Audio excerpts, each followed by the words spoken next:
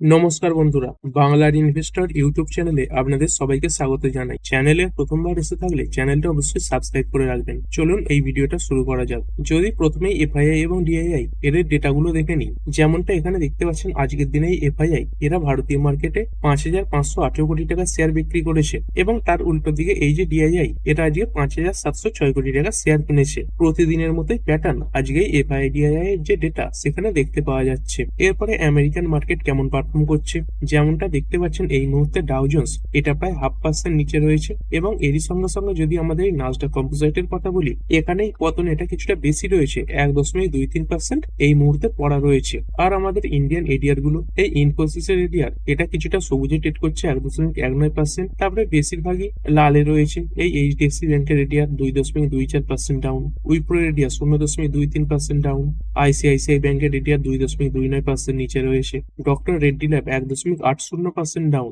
যাত্রা অনলাইন এটা ভালো তেজিতে রয়েছে 6.73%। তবে সংখ্যার হিসাবে বেশিরভাগ এডিআরই লাল নিশানে ট্রেড করছে। তবে আজকের দিনে মার্কেটে মোটামুটি একটা ভালো পারফরমেন্স দেখা গেলেও পরে যে ডেটাগুলো ডেভেলপ হচ্ছে সেগুলো খারাপ দিকেই হচ্ছে। যেমনটা দেখতে পাচ্ছেন এই গিভ নিফটি এই মুহূর্তে 250 পয়েন্ট পড়া, তো এটা খুবই খারাপ সংকেত। এবং তারই সঙ্গে সঙ্গে আমাদের এই যে ইন্ডিয়ান রুপি দেখতে পাচ্ছেন আজকে 93.08 এরকম জায়গাতে ওপেন হয়েছিল এবং সেই ওপেন হওয়ার পর থেকে কিরকম পরিমাণে দুর্বল হয়ে গেছে এবং এটাই কিন্তু অল টাইম লো বলতে পারেন আমাদের এই ইন্ডিয়ান রুপির। এই ডলারের এগেনস্টে খুবই দুর্বল হচ্ছে।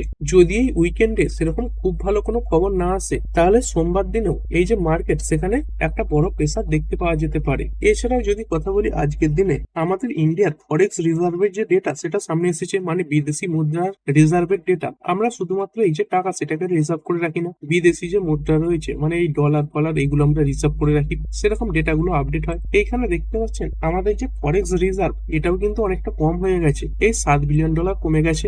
বর্তমানে কত দাঁড়িয়েছে, এই 709.75 বিলিয়ন ডলার। কিছুদিন আগেই দেখতে পাচ্ছিলাম এই যে রিজার্ভ ব্যাংক তারা আমাদের এই ইন্ডিয়ান রুপি এটাকে একটু শক্তিশালী করার জন্য বারবার এই ডলার বিক্রি করছিল এবং সেই কারণের জন্যই মূলত এই যে ফরেক্সের রিজার্ভ সেটা কিছুটা কমে গেছে। তবে বর্তমানে দেখতে পাচ্ছেন এই যে ডলারের চাহিদা সেটা খুব বেশি রয়েছে, মানে এই ডলার বিক্রি করে যদি ইন্ডিয়ান রুপিকে আরবিআই শক্তিশালী করতে যায় তাহলে সেটা সাময়িকভাবে হবে, কিন্তু তারপরে আবার যেমন দুর্বল হচ্ছিল তেমন দুর্বল হতেই থাকবে। আর এই ক্রুড অয়েল এখান থেকে কেমন কি সংকেত আসছে, এই ক্রুড অয়েল এখানে মোটামুটি এই 1 থেকে 2% কাছাকাছি তেজি দেখা যাচ্ছে। এই যে ব্রেন্ট ক্রুড এটাই 1.07% বাড়া, আজকের দিনে অনেকটা উপরে উঠে গিয়েছিল, সেখান থেকে এখন অনেকটা নিচেই নেমে এসেছে। আর এই ক্রুড অয়েলের প্রাইসের বৃদ্ধির কারণে বিভিন্ন যে তেলের দাম সেগুলো কিন্তু সরকার বাড়িয়ে দিয়েছে। মানে আপনি পেট্রোল পাম্পে যখন তেল ভরতে যাবেন তখন এই যে তেল সেটা কিন্তু বেশি দাম দিয়ে আপনাকে কিনতে হতে পারে। তবে সব তেল নয়, দেখতে পাচ্ছেন এই যে প্রিমিয়াম পেট্রোল রয়েছে সেটার দাম বাড়ানো হয়েছে। এই প্রিমিয়াম পেট্রোলের দাম অ্যাভারেজ এই 2 টাকা বাড়ানো হয়েছে। তো বিভিন্ন রাজ্যে বিভিন্ন রকম বাড়ানো হয়েছে,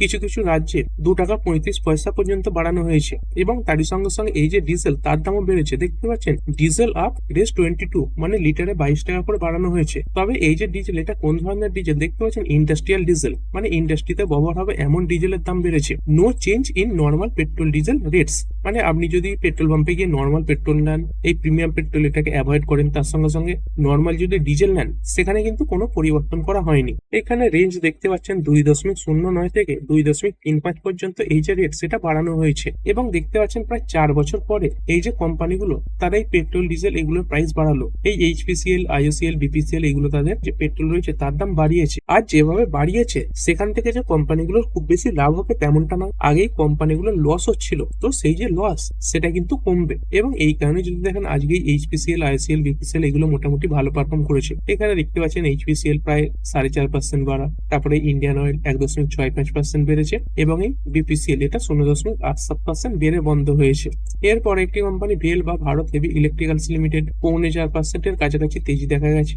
এই কোম্পানি মূলত কিসের কাজ করে থাকে, দেখতে পাচ্ছেন হেভি ইলেকট্রিক্যাল সামগ্রী তৈরি করে থাকে, রেলেরও কাজ করে থাকে এবং তার সঙ্গে সঙ্গে ডিফেন্সেরও কাজ করে থাকে। এইখানে ভেল এই কোম্পানিটা এই যে টিটাগড় রেল সিস্টেম এই কোম্পানিটার সঙ্গে মিলে একটা জয়েন্ট ভেঞ্চার তৈরি করেছে। কিসের জন্য, to maintain Vande Bharat trains, মানে এই যে বন্দে ভারত ট্রেনস তার মেনটেন্যান্সের ব্যাপারে এই যে জয়েন্ট ভেঞ্চার সেটা তৈরি করেছে এই দুটো কোম্পানি। এবং এই কারণে টিটাগড় রেল এতেও মোটামুটি একটা 1.5% এর কাছাকাছি তেজি এসেছে। এছাড়াও এই ভেল এর জন্য আর একটা খবর আছে, এখানে দেখতে পাচ্ছেন ভেল টু ইনভেস্ট রেস 3064 crore in Coal India joint venture, মানে কোল ইন্ডিয়ার সঙ্গে যে জয়েন্ট ভেঞ্চারটা ভেলের রয়েছে সেখানে এরা 3064 কোটি টাকা ইনভেস্ট করতে চলেছে। অনেকগুলোই ভালো খবর এই যে ভেল এই কোম্পানিটার জন্য দেখা দেখা যাচ্ছে। তারপরের কোম্পানি ইটারনাল লিমিটেড, যেটা আগে জোম্যাটো নামে পরিচিত ছিল। এখানে কোম্পানি কি করতে চলেছে দেখতে পাচ্ছেন, কোম্পানি তাদের এই যে প্ল্যাটফর্ম ফি সেটা 2 টাকা 40 পয়সা পর্যন্ত বাড়িয়ে দিয়েছে এবং এই কারণে শেয়ারের প্রাইসেও একটা ভালো জাম্প দেখা গেছে। আগেই ডেলিভারি ফি এটা কত ছিল, আগেই ডেলিভারি ফি ছিল 12 টাকা 50 পয়সা, সেখান থেকে 2 টাকা 40 পয়সা বাড়ানো হয়েছে, মানে বর্তমানে প্ল্যাটফর্ম ফি এটা কত রয়েছে, এই 14 টাকা 90 পয়সা। তো মনে হবে এই 12 টাকা 50 পয়সা থেকে 14 টাকা 90 পয়সা হয়েছে, এটার কতটা কি বেশি? মোটামুটি যদি ক্যালকুলেটরে দেখেন এটা কিন্তু প্রায় 20%-এর কাছাকাছি বাড়ানো হয়েছে। আর অন্যান্য যে ডেলিভারি কোম্পানিগুলো রয়েছে তাতেও এই যে প্ল্যাটফর্ম ফি সেটা বেড়ে যাবে, এটা কিন্তু শুধুমাত্র সময়ের অপেক্ষা। মানে এই যে কম্পিটিটর রয়েছে যেমন সুইগি, তার সঙ্গে সঙ্গে আরো অন্যান্য যে কোম্পানি রয়েছে তারাও কিন্তু এই যে দাম সেটা বাড়িয়ে দেবে। তারপরে টাটা মোটরস প্যাসেঞ্জার ভেহিকেল 1.84% আজকে বেড়েছে। এর আগে কভার করেছিলাম টাটা মোটরস এর যে কমার্শিয়াল ভেহিকেল রয়েছে তারা তাদের গাড়ির দাম এই এপ্রিল মাসের 1 তারিখ থেকে বাড়াতে চলেছে। আর যে কোম্পানিগুলোকে আলোচনা করছি এমনটা নয় যে শুধুমাত্র সেই কোম্পানিগুলোই দাম বাড়াবে, বেশিরভাগ কোম্পানি এই এপ্রিল মাস থেকে তাদের গাড়ির দাম বাড়িয়ে দেবে এবং সেই সংক্রান্ত ঘোষণা আজকের দিনেই টাটা মোটরস এর প্যাসেঞ্জার ভেহিকেল করে দিয়েছে। এইখানে কোম্পানি দেখতে পাচ্ছে তাদের যে আইসিই ইঞ্জিনের গাড়ি তার দামে 1 এপ্রিল থেকে বাড়াতে চলেছে। কতটা বাড়াচ্ছে দেখতে পাচ্ছেন, এই 0.5% বাড়াতে চলেছে। আর এই আইসিই ইঞ্জিন এটা বলতে কি বোঝাচ্ছে, এই ডিজেল পেট্রোল চালিত যে গাড়িগুলো রয়েছে প্যাসেঞ্জার ভেহিকেল সেগুলোর দাম কোম্পানি বাড়াচ্ছে, কিন্তু সেখানে যে ইলেকট্রিক ভেহিকেল রয়েছে তার দাম কিন্তু বাড়বে না। অর্থাৎ যদি এপ্রিল মাসের আগে আপনি এই টাটা মোটরস এর প্যাসেঞ্জার ভেহিকেল কিনতে চান তাহলে সেটা কিছুটা সস্তায় পাবেন এবং পরে নিতে গেলে এই দাম কিন্তু বেশি হয়ে যাবে। তারপরে কথা বলবো ড্রোন সেক্টরের ব্যাপারে। এই ড্রোন সেক্টরে সরকারের তরফ থেকে বিভিন্ন রকম সাহায্য ঘোষণা আসছে। কিছুদিন আগেই কভার করেছিলাম এই যে মিশন ড্রোন শক্তি সেটা ঘোষণা করা হয়েছে। এই আমাদের ভারত সরকার কি করেছে, একটা 1800 কোটি টাকা স্কিম লঞ্চ করেছে। কিসের জন্য? টু সুপারচার্জ লোকাল ম্যানুফ্যাকচারিং, মানে দেশীয় যে ম্যানুফ্যাকচারিং সেটাকে বুস্ট করার জন্যই এই যে 1800 কোটি স্কিম সেটা লঞ্চ করা হয়েছে। এবং এই সংক্রান্ত কিছু তথ্য আজকে আমাদের যে ডিফেন্স মিনিস্টার রয়েছেন তিনি বলেছেন। এই ডিফেন্স মিনিস্টার কি বলছেন দেখতে পাচ্ছেন, Rajnath Singh pushes for self reliance in drone manufacturing, মানে এই যে ড্রোন রয়েছে এর বেশিরভাগ চাহিদাই যাতে ডোমেস্টিক্যালি মেটানো যায় সেই ব্যাপারে রাজনাথ সিং জোর দিয়েছেন।